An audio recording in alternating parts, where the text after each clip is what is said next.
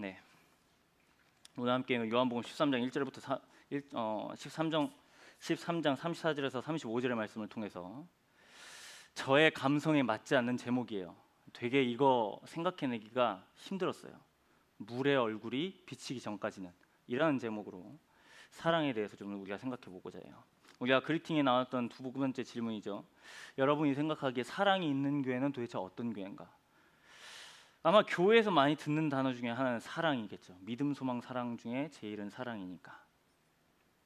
그럼 사랑은 여러분 눈에 보이나요? 안 보이나요? 보이지 않죠. 그런데 우리는 언제 사랑을 느끼나요? 눈에 보이지 않는데 존재하는 건 사실이니까요.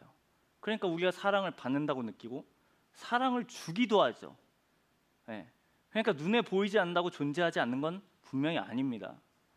그냥 사랑은 있는 거죠. 네. 오늘 예수님께서 여기에 지금 34절과 35절에 너무나 유명한 말씀입니다. 새 계명을 너희에게 주노니 서로 사랑하라는 말씀입니다. 이 설교를 준비하면서 어떻게 시작할까 했는데 가장 손쉬운 예로는 우리 아이들 예예요. 여러분들은 일과를 마치고 나서 뭐 하세요? 집으로 들어가면 곧장 하는 행동이 뭔가요? 뭐 하세요? 서리는 늘 고정되어 있거든요. 손을 씻어야 됩니다. 네, 손 씻지 않으면 혼나요. 네, 엄마 아빠한테 혼납니다. 그리고 발을 씻죠. 네, 일과를 마치고 늘 아이들이 하는 일, 집에 왔을 때 하는 일이 바로 씻는 겁니다. 오늘 본문도 씻는 것에 대한 내용이에요. 그리고 요한복음 13장부터 무려 이 긴 예수님께서 십자가에 달려 돌아가시기 전까지인 17장까지 바로 예수님께서 십자가에 달려 돌아가시기 전날에 있는 일을 아주 길게 기록해 놓은 첫 장면이 바로 13장입니다. 요한복음 13장. 그러니까 요한이라는 사람은 다른 세 명 마태, 마가, 누가가 주목하지 않은 예수님의 십자가 전날 밤을 아주 자세하게 우리에게 전해주고 있는 이야기입니다. 그래서 13장은 우리에게 상당히 귀중한 자료로 남겨져 있는 유일무이한 성경의 이야기죠. 13장 1절에 이렇게 시작하고 있어요. 이미 예수님께서 마음을 이렇게 먹고 들어가셨습니다. 요한복음 13장 1절 말씀입니다. 이렇게 기록되어져 있습니다. 6월절 전에 예수께서 자기가 세상을 떠나 아버지께로 돌아가실 때가 이른 줄 아시고 세상에 있는 자기 사람들을 사랑하시되, 어떻게 사랑하신다고 기록되어 있죠? 끝까지 사랑하신답니다. 끝까지. 근데 요한이 생각하는 이 포인트들을 잘 봐보세요. 끝까지 주님께서 자기 사람들을 사랑하신대요. 그럼 주님께서 사랑하시는 장면이 곧바로 이어지거나 아니면 사랑을 만들어내는 그러한 장면으로 이렇게 이어질 수도 있고, 아니면 정말 주님이 제자들을 사랑한다는 어떤 말을 하신다든지 그런 것들을 적어놓을 수 있잖아요. 그런데 곧바로 2절은 너무나 상반된 이야기를 기록하고 있어요. 그건 바로 예수를 판 사람의 이야기를 기록해 놓고 있어요. 이건 굉장히 사랑과 대척점이잖아요. 어떻게 보면 주님을 판다는 건 배신이거든요. 선생님을 팔아 넘긴다는 건 이 당시 사회에서 너무나 어떻게 보면 거의 부모 자식 간에 이렇게 원수되는 그런 상황에 비견될 정도의 어떻게 보면 선을 넘은 거죠. 그런데 요한이라는 사람이 주목하는 건 주님께서 끝까지 자기 사람들을 사랑하시지만, 사랑하시려고 하는데 또 다른 한쪽에서는 예수님의 사랑에 대해서 반기를 들고 있는 일이 일어나는 걸 우리에게 고백하고 있습니다. 우리가 조금만 상상력을 동원해 본다면 이제 이후의 이야기는 세족식으로 나아가죠. 발을 씻는 장면이요. 조금만 상상을 동원해 보면 여기는 중동이고요. 샌들을 신고 있고요. 당연히 사막이니까 발에 먼지가 되게 많을 거예요. 그리고 요한복음 2장에 보면 가나의 혼인잔치에서 물을 마시지 않고 포도주를 마시잖아요. 그런 걸 따지고 보면 솔직히 포도주보다 물이 훨씬 더 귀한 겁니다. 상당히 귀한 거예요, 중동 지방에서. 그러니까 포도주가 주 음료고 물은 훨씬 더, 거기에 보면 이 가나의 혼인잔치 가운데 큰 항아리 6개를 가지고 정결 예식을 위해서 쓰고자 물 항아리가 쓰입니다. 그러니까 이 물은 보통 물이 아닌 거예요.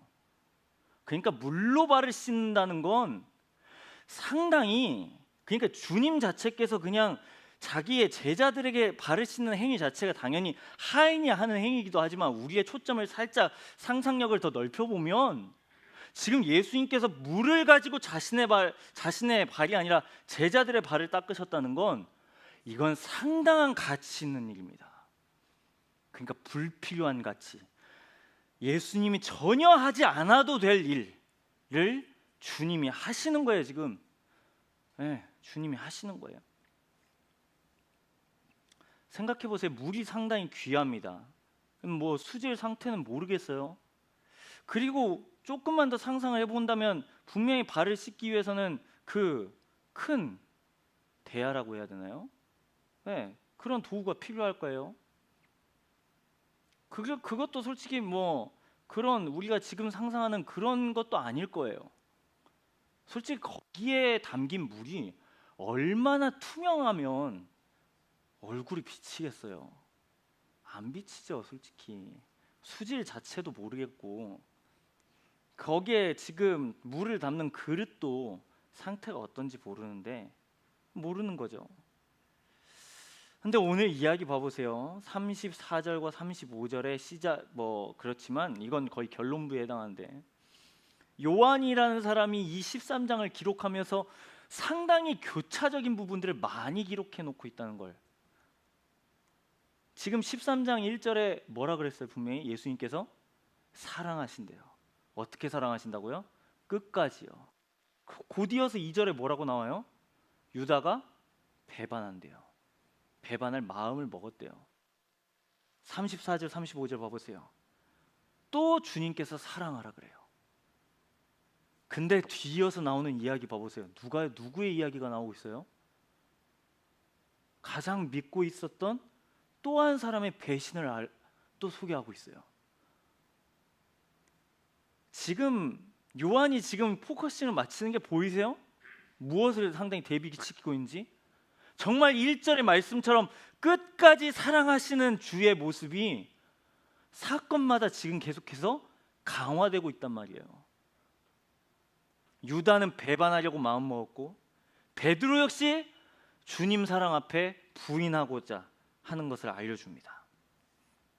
근데 우리는 조금 더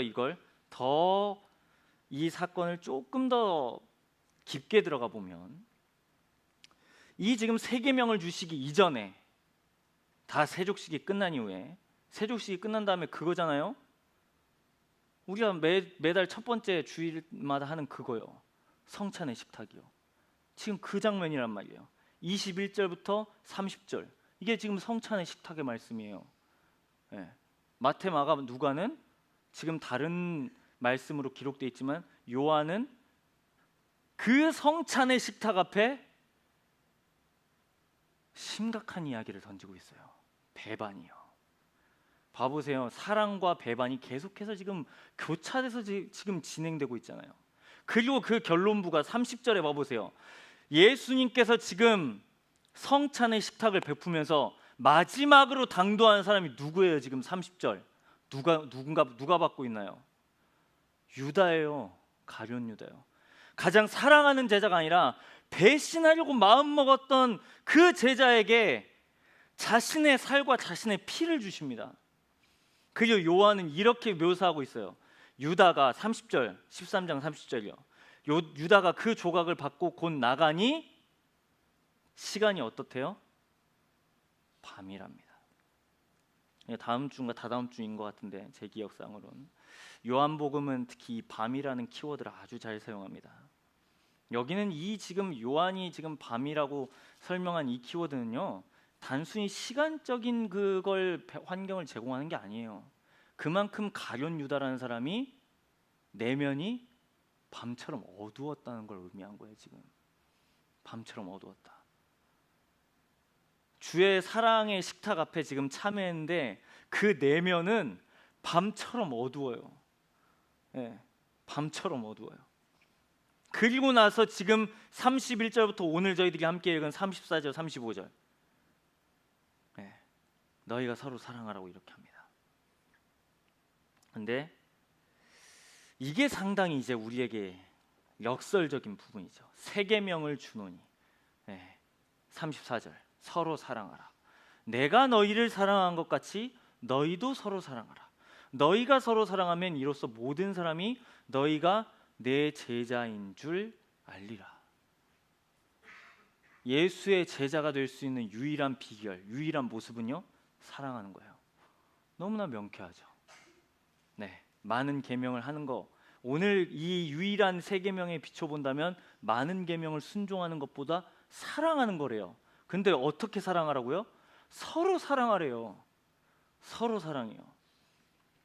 지금 서로 사랑의 가장 지금 표본이 되는 분이 바로 오늘 13장에 지금 1절에 등장하고 계시는 예수님이십니다.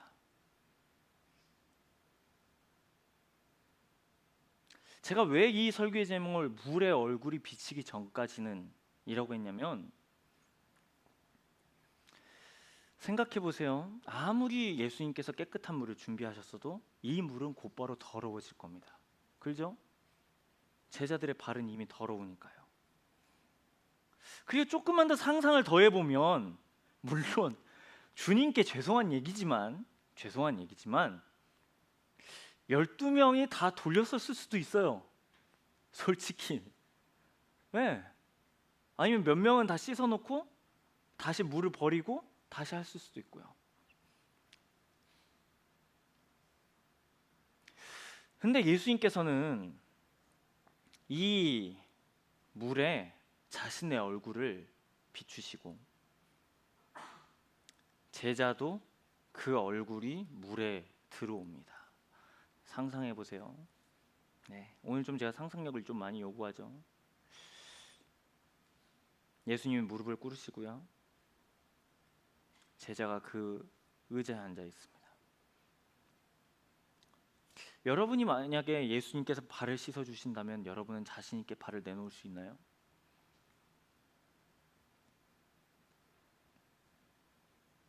아마 우리는 발을 내놓기가 주저할 겁니다. 네. 솔직히 그냥 발을 씻어 주시기보다 차라리 머리를 씻어 주시거나 손을 씻어 주시거나, 그냥 발은 아닌 것 같은 느낌이에요. 근데 예수님께서는 머리도 씻는 게 아니고 손도 씻는 게 아니고, 네, 발을 씻겨 주십니다. 그 물에 얼굴이 비치기 전까지 아마 기다리셨을 것 같아요. 주님은 제자가 그렇게 주저하고 있을 때 아마 기다리시겠죠. 무릎 꿇고서 기다리셨을 거예요. 그리고 성찬을 하고, 그리고 유다가 배반하고 그 자리를 떠나버리고, 그리고 그 바로 직후에 31절에 그가 나간 후에라고 하니까, 유다가 바로 나간 직후에 서로 사랑하라고 계명을 주십니다. 네, 계명을 주십니다. 세 계명. 지금 이 요한복음 13장 34절부터 35절은요, 구약 성경의 39권을 요약한 말씀입니다. 세 계명. 네, 서로 사랑하는 세 계명이랍니다. 여러분, 우리는 생각할 때 사랑은 상호 호혜적이어야 된다고 생각하잖아요. 상호 호혜적. 내가 주면 나는 받을 수 있는 걸 기대하잖아요. 근데 요한복음 13장에 보면 주님은 전혀 그런 기대를 안 해요. 계속해서 배반당하세요. 유다에게도 배반당하시고 베드로에게도 배반당하시고, 결국 이 두 사람에게만 배반당하나요? 아니요. 십자가의 장면 가운데 가면 아무도 남아있지 않아요. 그 12명은 3년 동안 같이 생활한 사람이었는데 다 그 자리를 피해버립니다. 그럼에도 불구하고 오늘 말씀은 이 1절의 말씀이 그냥 고지곳대로 요한이라는 사람은 아마 그 당시는 모르고 기억을 더듬어서 기록했겠죠. 아, 우리 주님이 우리를 끝까지 사랑하셨지. 조금 생각해 보면 요한이 이 기록을 했을 때 13장을 기록했을 때 상당히 많이 울지 않았을까 생각해요. 왜냐하면 요한복음을 기록했을 때는 이미 예수님께서는 승천하셨고 50년이나 지난 후였기 때문에 50년이나 지난 이야기를 기록으로 남긴다? 그냥 엄청난 강렬한 기억이었던 게 분명해요. 그러니까 어떻게 보면 이 이야기는 12명에게만 해당하는 일이 아니라 결국 우리에게도 해당하는 일입니다. 네. 35절 말씀이에요. 너희가 서로 사랑하면 이로써 모든 사람이 너희가 내 제자인 줄 알리라. 이렇게 말씀하십니다. 좀 사이드 얘기긴 하지만 좀 빠지는 것 같지만 하도 뭐라고 하니까 소그룹 가운데 가서 여러분 순모임 가서 물어보세요. 다룰 수 있는 질문 딱 하나예요. 여러분 삶에서 사랑하기 어려운 사람의 부류는 어떤 사람이에요? 그리고 여러분은 그 사람을 어떻게 회피하세요? 두 가지를 물어봤습니다. 내 삶에서 가장 사랑하기 어려운 사람의 유형, 그리고 나는 그런 사람을 어떻게 피하는가.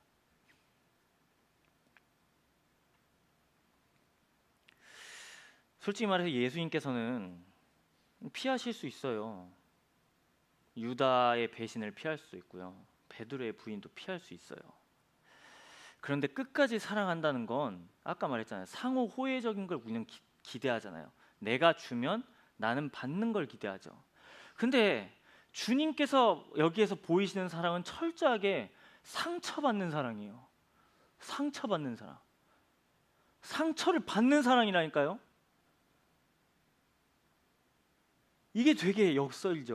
우리는 계속해서 내가 사랑을 주면 돌아오길 원하잖아요. 내가 이만큼 베풀면 나에게 이만큼 정비례는 아니어도 반비례 정도는 해야 예의라고 생각하잖아요, 우린.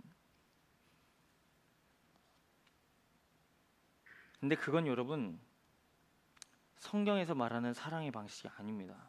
그건 세상의 방식이죠. 우리는 예수 그리스도를 따라가는 사람입니다. 그렇다면 우리의 방식은 세상이 말하는 방식이 아니라 주님의 방식으로 사랑하는 사람들입니다. 배신을 피하지 않는 사랑, 상처를 받아도 다시 용기 내는 사랑이요. 그래서 사랑하는 건 상당히 용기가 필요한 일입니다. 사랑하는 건. 만약에 여러분이 행하는 사랑 가운데 용기가 필요하지 않으면 솔직히 말해서 그 사랑은요 정말 진솔한 사랑이 아닐 가능성이 있습니다. 네. 왜냐하면 우리의 용기를 필요한다는 건요, 말을 바꿔서 이게 좋은 말이지만 용기를 필요한다는 말은 다른 말로 우리에게 부정적인 의미로 생각해 보면 내가 손해 보는 용기가 있어야 되는 사랑이에요. 우리는 그 사랑 앞에 지금 도전을 받는 사람들입니다. 그리고 이 13장 1절의 말씀은 십자가에서 완성되죠. 우리가 창립 69주년 이 기념주의를 보내면서 우리가 다시 그 교회로라는 주제로 지금 계속해서 말씀을 듣고 있습니다. 사랑이 있는 교회는 배신을 기대하지 않는 교회가 아니라 배신이 있어도 사랑할 용기를 갖는 교회입니다. 내가 이렇게 하지 않아도 주께서 나의 발을 씻으셨기 때문에 정말 내가 그 사람을 사랑할 수 없다고 해도 용기를 내보는 것, 이게 사랑의 시작이죠.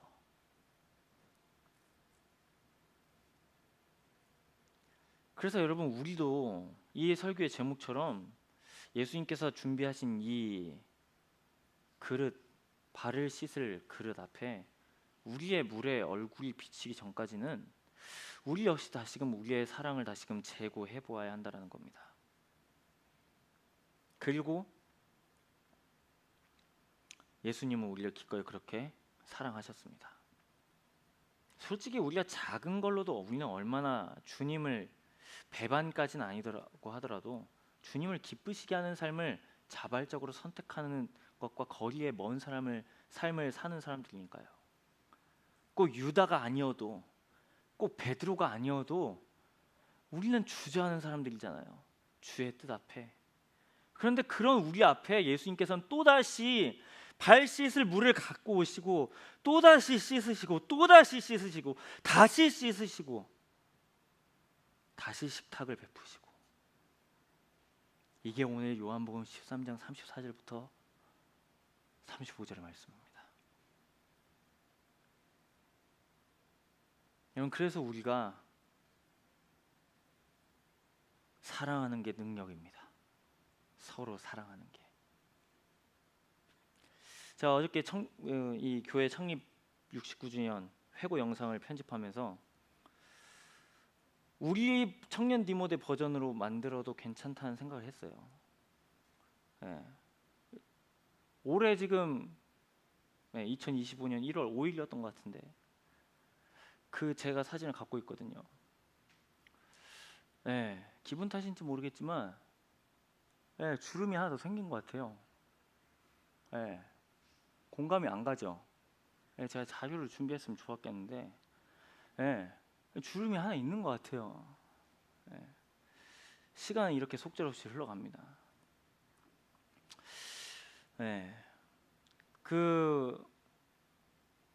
우리의 할머니, 할아버지, 증조, 고조, 더 넘어서 그런 사람들의 헌신이 있었기 때문에 여기까지 왔습니다. 이걸 고스란히 우리 청년 디모데에게 적용해 보면 동일합니다. 청년 디모데의 가장 첫 번째였던 사람들이 기도하고 헌신했기 때문에 여기까지 우리가 왔습니다. 마찬가지예요. 이제 우리가 또 이후에 이 다음 시대에 우리가 그걸 세워가야 돼요. 좀 숫자 노름하기 그래서 좀 그렇지만 앞으로 올라오는 친구들은 또 올라오겠죠. 또 다음 시대는 또 올라오겠죠. 시대는 그렇게 해서 계속 갑니다. 결국 우리가 교회라는 곳은 여러분 사랑 아니면 하나 될 수 없습니다. 예수님께서 발을 씻을 그 그릇으로 우리의 발을 씻기 전까지는 우리가 교회됨을 이룰 수 없어요. 그렇기 때문에 우리는 늘 생각해 봐야 됩니다. 예수님이 이런 나조차도 무릎을 꿇으시고 물을 담으셔서 발을 씻으시고 또 우리가 그 자리를 벗어나서 또 오셔서 또 씻으시고, 우리가 그 사랑 앞에 감격한다면 우리는 기꺼이 용기를 낼 수 있습니다. 사랑하는 여러분, 우리 청년 디모데가 서로를 사랑함으로 다시 하나님께서 원하시는 교회로 살기를 간절히 소망합니다.